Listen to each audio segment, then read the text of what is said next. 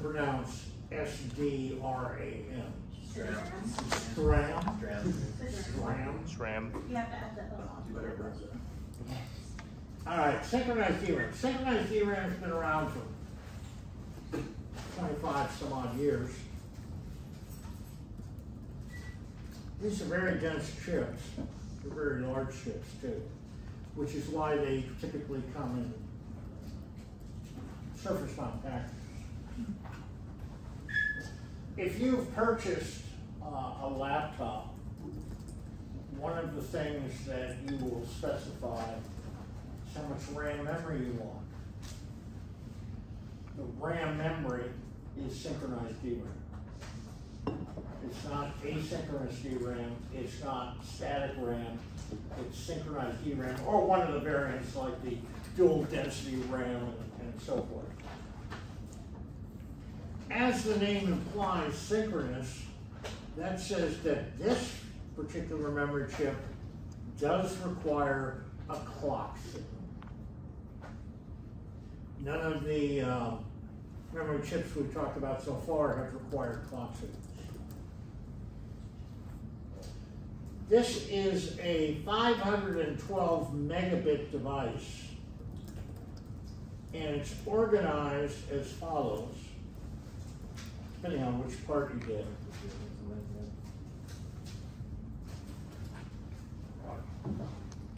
Depending on which part you get 32 meg worth of locations, 4 data bits per location, organized in 4 banks. I'll explain that in a minute. Or 16 meg worth of locations, 8 bits of data per location, organized in 4 banks. Or 8 meg with 16 bits of data per location, organized in 4 banks.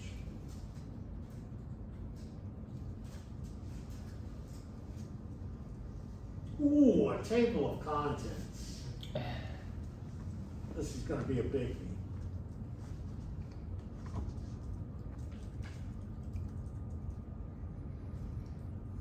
Figures. Ooh, list of figures, list of tables, general description. Now, one of the commandments was, thou shalt read all descriptions. Let's see.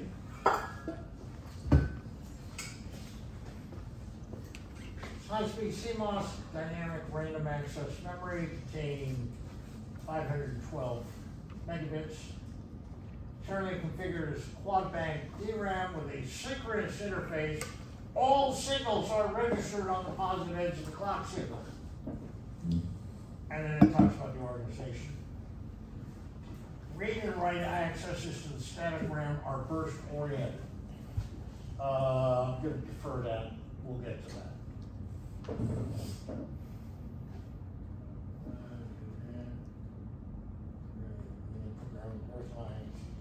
Pipeline architecture pre-charging. Designed to operate at 3.3 volts.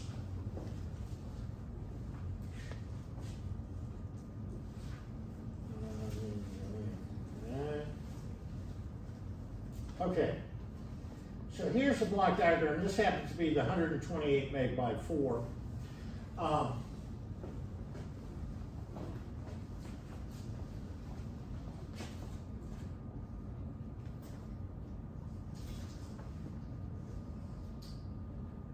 What does that suggest to you?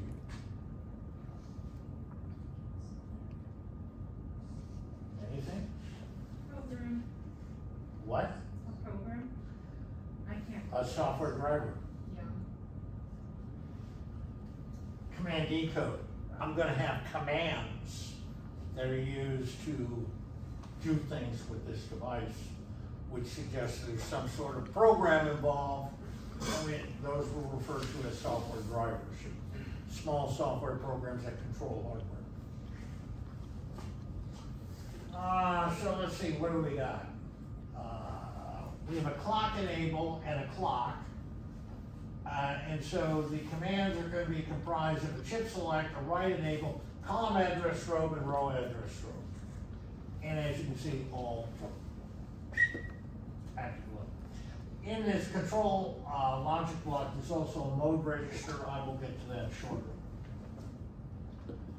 So the address comes in, and it is split into two partitions. One is a set of addresses, and the other remaining bits are a bank. So instead of one big monolithic matrix of memory cells, they're organized in 4 banks. And I'm going to guess, this is just speculation on my part, that the reason they went with the 4 banks is trying to create one big matrix of memory cells that large. There were some manufacturing processes problems. And so by splitting it up into 4 banks, it was easier to manufacture. So when you provide an address, you're providing an address on a bank, and you have to also select one of the 4 banks. Again, this is all transparent to you. It's a bunch of logic, decoding multiplexers. The input and output data are registered. So you'll see the similar block diagram for the other configurations. This is a 64 meg by 8, 32 meg by 16.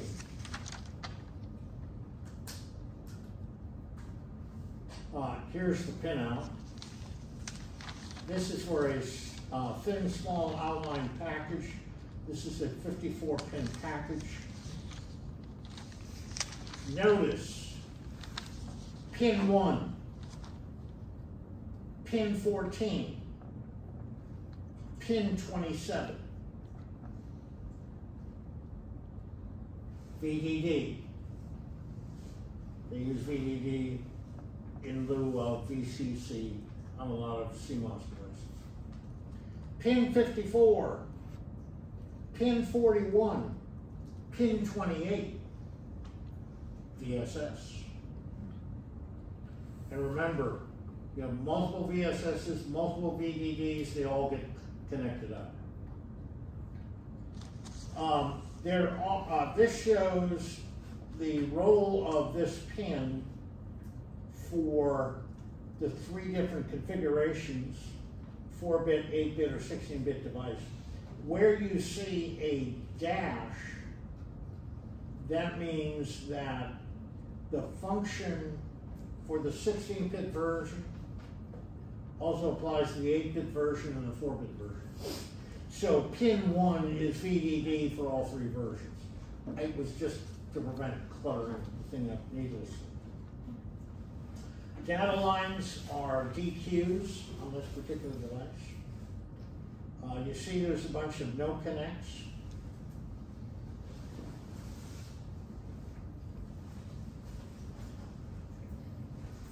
Pin descriptions. Now, as I mentioned before, you need to read the pin descriptions because sometimes you find design information. Let's see if we can find an example.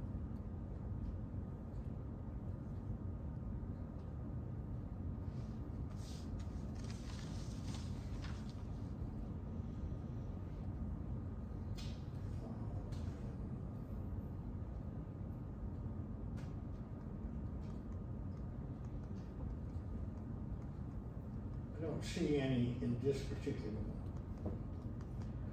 Functional description. Okay, now some of this is repeated from the general description. This is the organization.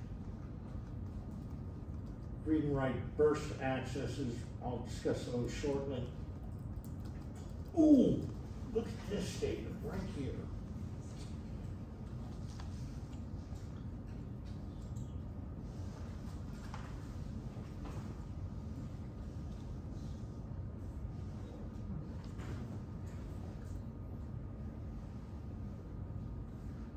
Prior to using this device, you have to initialize it. And they're not talking about initializing it with the data that you want to use. There's a software driver involved.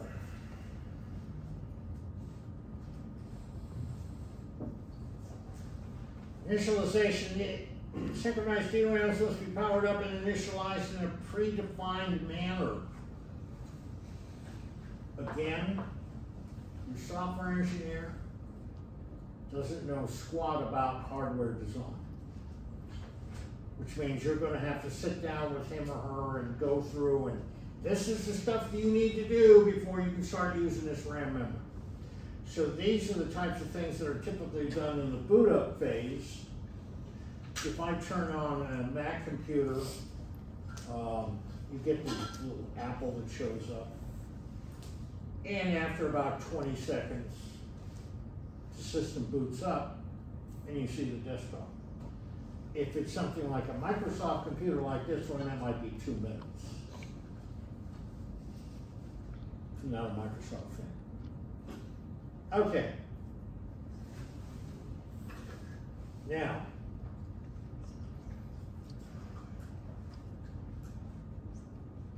this is going to give you details of your initialization sequence, and I want to specifically address this word recommended. Those of you who are wise, when you see the word recommended, you think this is a hard and fast requirement. Those of you who treat that word as meaning, well, it's optional, will have chosen poorly. So here's the recommended power-up sequence. This is what you're going to sit down and work through with your software engineer. Simultaneously apply power to VDD and VDD-Q. Comment on the VDD-Q. When you looked at the block diagram, there were output registers. They have separate power supplies for those registers. So they don't use VDD to power those, they use VDD-Q. Of course, all those need to be hooked up as well. Okay. So you simultaneously apply power to VDD and VDD-Q. You have to assert and hold the clock enable at a logic low until all inputs and outputs, you have to assert and hold the clock low. You need to provide a stable clock signal. Now, you need to wait at least 100 microseconds prior to issuing any command other than command inhibit or no op. These are various commands associated with this. Number 5, starting at some point during this 100 microsecond period, you have to bring clock enable high, continuing at least to the end of the period. One or more command inhibit or no op commands must be applied. You then need to perform a pre-charge all command. You now need to go to the next page and continue. You have to wait this amount of time, and during that time, no op or deselect commands must be given. All banks will complete their pre-charge. Then you need to issue an auto refresh command. Wait at least this amount of time, during which only no ops or command inhibits are allowed. Then you need to issue another auto refresh command. Wait this amount of time, in which only no ops or command inhibits are allowed. And now, the static RAM, or synchronized DRAM, is ready for mode register programming. Because the mode register will power up in an unknown state, it should be low with desired bit values prior to applying any operational command, and you use the load mode register LMR command to do that.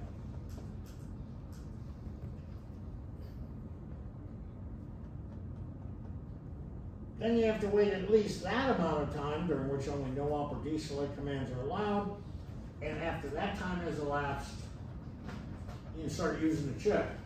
Yes? Is there a faster and less tedious way of accomplishing this that other people have found, or is it just you have to do it as You do those steps. Dang, okay. We'll see what the format of these commands are. So you see there's a bit involved in getting this chip up and running to the point where you have to start doing read and write operations. Now, let me talk a little bit about mode registers. Up until this point,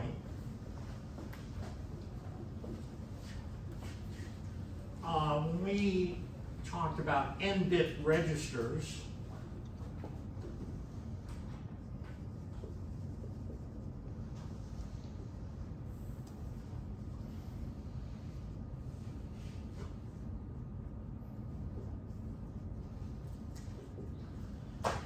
An n-bit register has got n D flip-flops, each one storing 1 bit of data. And what we were talking about were data registers. In other words, I'm interested in the entire value that's stored in that register. If it's an 8-bit register, does it contain 22, 9E, FF? Tell me the 8-bit value that's stored in the register. Mode registers are different.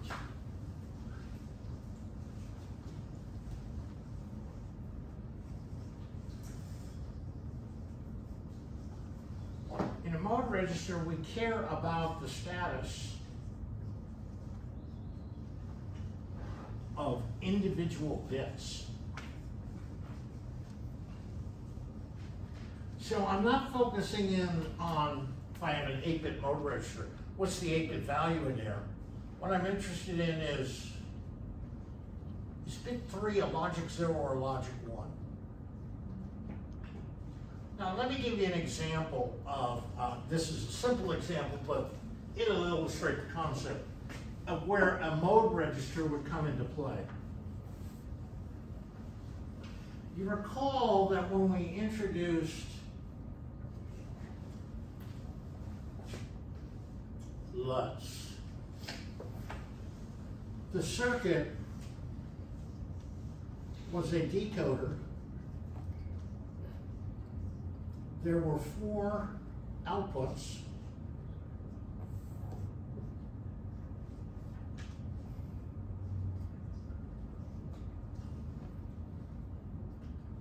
There were 2 inputs. And depending on the data value there, for I1 and I0, one and only one of these outputs would be asserted. But we also had this input polarity. And polarity would determine whether the asserted output was logic 0 or logic 1. So the question is, where would this polarity signal come from? Well, let's suppose I've got a mode register in my computer system, and bit B2 here drives that input. Now, I will set this bit if I want the output, say, active high. I will clear this bit if I want the output, asserted output, active low. So the mode is determining the mode of the circuitry. What's its behavior going to be like? And that's why I'm concerned about individual bits. The other bits in here may do other things. This bit B3 might be a clock enable for some circuit. This bit B4 might be, let's say B4 and B5, might be select lines for a multiplexer. So what I'm going to do is go to this mode register and set or clear these bits to get this circuitry to behave in the manner I'm looking for. So you can see how mode registers differ from data registers. Because data registers, let's suppose I've got an arithmetic logic unit, and the 2 inputs are driven by data registers, X and a Y value. Well, I'm adding 2 numbers, I'm concerned about the value stored in those 8-bit registers or 16-bit registers. Here I'm concerned about individual bits. Okay, so the synchronized DRAM has got a mode register. And it's in step 12 of my software driver where I'm going to execute a load mode register command to store a value in this mode register, which will stay and dictate what behavior I'm looking for from the chip.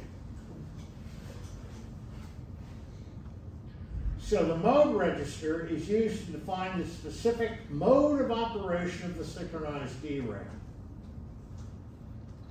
And that's what it looks like. It's 13 bits.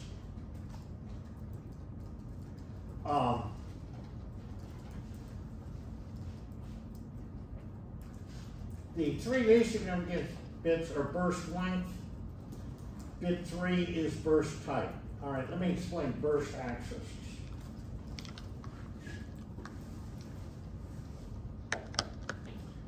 When I've got a large amount of memory here, and I'm doing a read or write command, I could read or write to a single memory location, but typically that's not what you do. You're actually accessing a lot of sequential memory locations. Maybe I want to access 8 memory locations, not just 1.